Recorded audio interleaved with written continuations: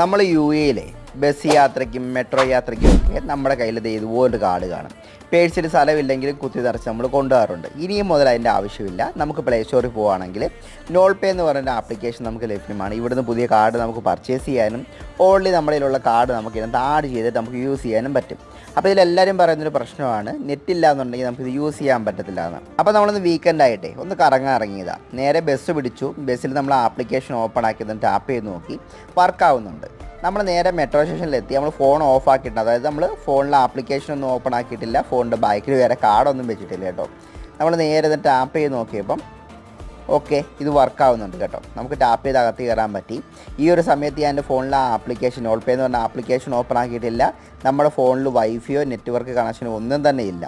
ഇപ്പം ഞാൻ ഇവിടുന്ന് ടാപ്പ് ചെയ്തിട്ട് വെളിയിലിറങ്ങാൻ ശ്രമിക്കുകയാണ്. യെസ്, നമുക്ക് വെളിയിറങ്ങാൻ പറ്റുന്നുണ്ട്. ഇപ്പം ഞാൻ എൻ്റെ ഫോൺ ഓണാക്കി കാണിക്കാം കേട്ടോ. ഇപ്പം നിങ്ങൾക്കിവിടെ കാണാൻ പറ്റും ഞാൻ എൻ്റെ